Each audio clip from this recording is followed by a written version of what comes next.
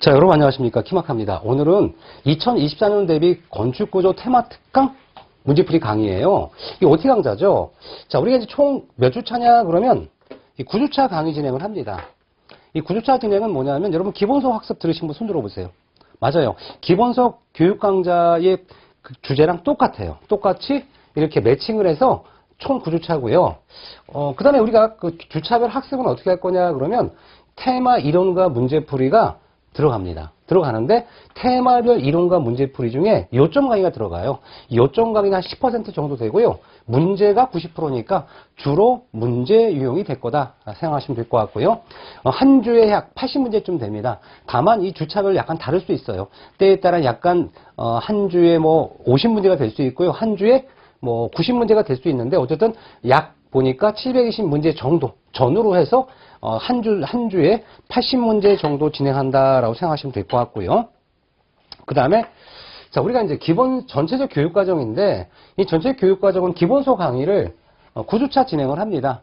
아마 이제 9주 강의가 끝나게 되면 테마 특강이 되는데 여러분 올해 같은 경우는 그렇죠? 기본서 끝난 다음에 좀 시간이 있었어요. 왜일까요?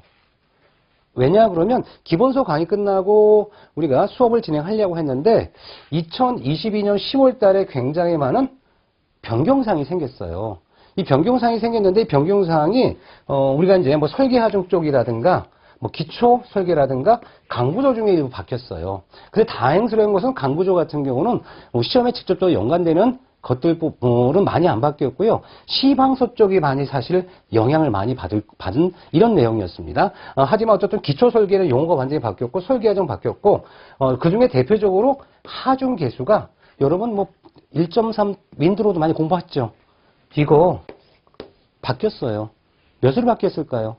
왜 바뀌었을까? 수업 시간에 말씀드릴 거고요. 그래서 답은 1.0 윈드로드예요. 자, 그럼 여기서 엄청난 큰 차이죠. 왜 바뀌었는가는 어디서?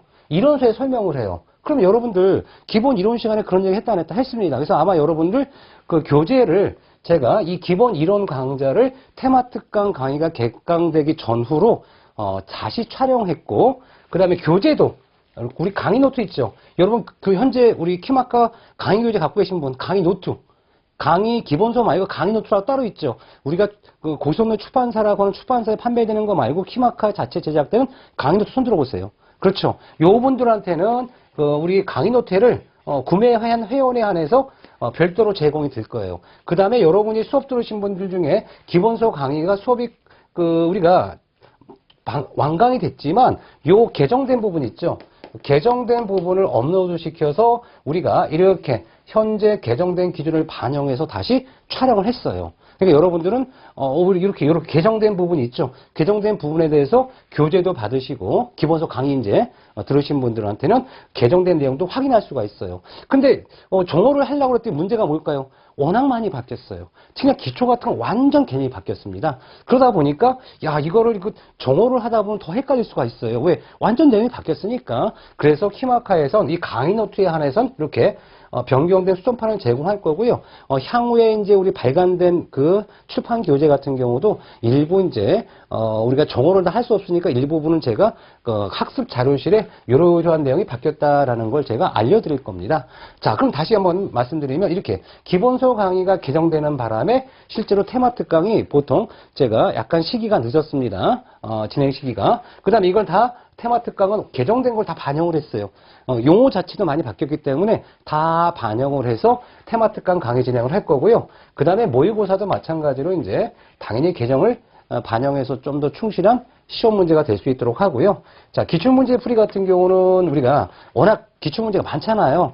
기출문제 풀이는 아마 학습 진행에 따라 모의고사 끝날 때쯤이면 좀 정오가 된 이런 기출문제 풀이가 가능하지 않나 생각을 해요.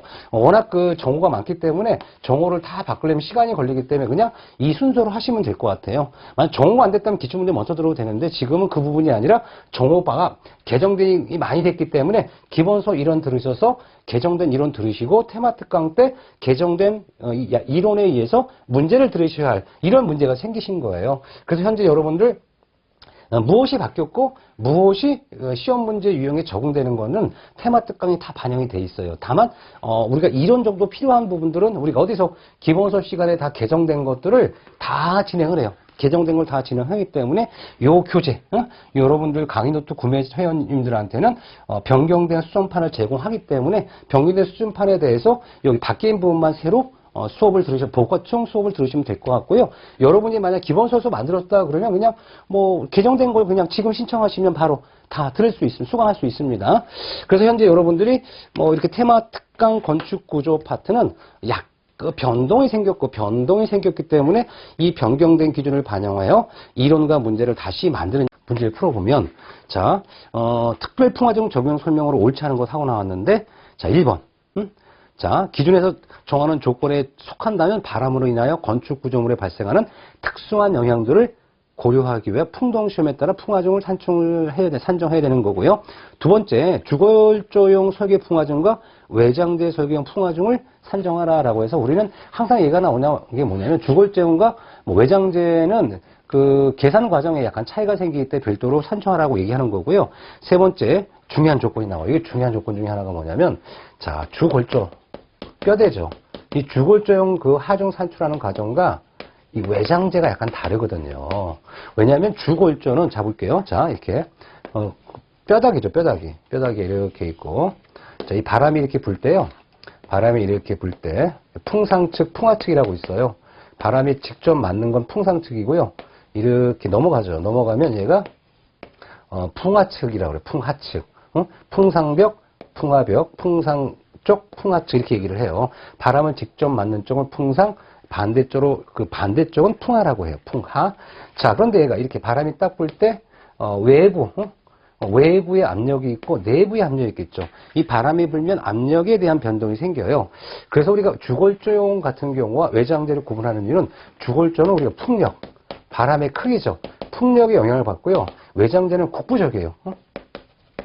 국부적으로 하중을 분포하는 풍압의 영향을 받아서 굉장히 약간 떨림 현상 같은 게 생겨요. 피크치에 대한 압력 변동이 생겨요. 그래서 이 과거에는 이 주골조용 설계는 여러분 안녕하세요. 키마카입니다. 이번 구조 기본 내용 중에 기초 파트인데요. 이 기초 파트가 요번에 많이 바뀌었어요. 왜 그러냐면 여러분이 지금까지 공부했던 건축물 기초구조 설계 기준, 이것에 따라 우리는 기초 구조의 유형과 함께 용어 정의를 학습했었거든요. 근데 이 부분이 완전히 개정됐어요. 그래서 아마 여러분들, 야, 기초 설계 많이 바뀌었다, 완전히 바뀌었다라는 생각을 하셔야 돼요. 그래서 이런 문제 유형들이 지금까지도 출제가 되긴 했지만 개정이 됨에 따라 기출문제 유형도 완전히 바뀌어야 되는 거예요. 자, 그럼 일단 우리 요번에 바뀐 게 뭐냐? 건축물의 기초구조 설계 기준이 완전 개정됐고요. 그 다음에 이 건축물의 기초구조 설계 기준에 따라 그 관련된 내용을 보면 얕은 기초, 깊은 기초로 우리가 기초 유형을 구분하는 내용으로 바뀌었어요. 그래서 현재 기초구조 같은 경우가 사실 공통규정도 있었고요.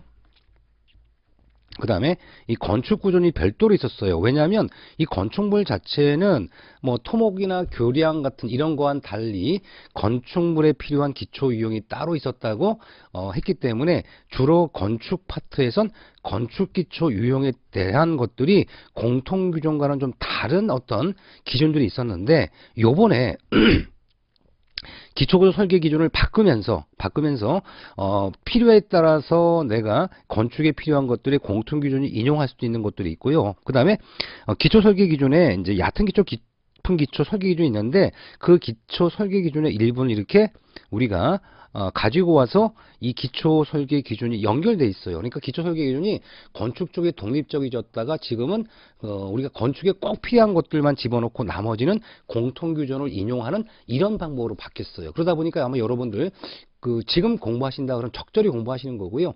과거에 나왔던 기출문제 유형이 많이 삭제가 되기도 하고 용어가 많이 바뀌기도 했다라는 생각 하셔야 돼요.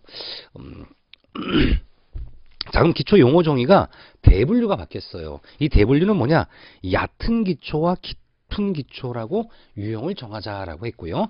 얕은 기초는 독립기초, 복합, 단일기초, 줄기초, 연속기초가 구분됩니다. 무슨 얘기냐? 아니, 우리가 지금까지는 줄기초 또는 연속기초로 했는데 와 봤겠느냐?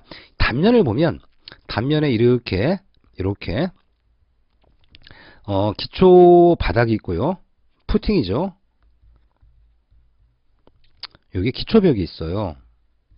그러면 이렇게 우리가 이제 어떤 상부 하중을 따라서 내력벽 같은 경우는 기초벽을 따라가잖아요. 그런데 이렇게 줄지어 있는 상부 하중을 따라 줄지어 있는 건 줄기초고요. 얘가 완전히 이렇게 묶여서 평면에서 보면 얘가 완전히 이렇게 묶여 있는 것도 있을 수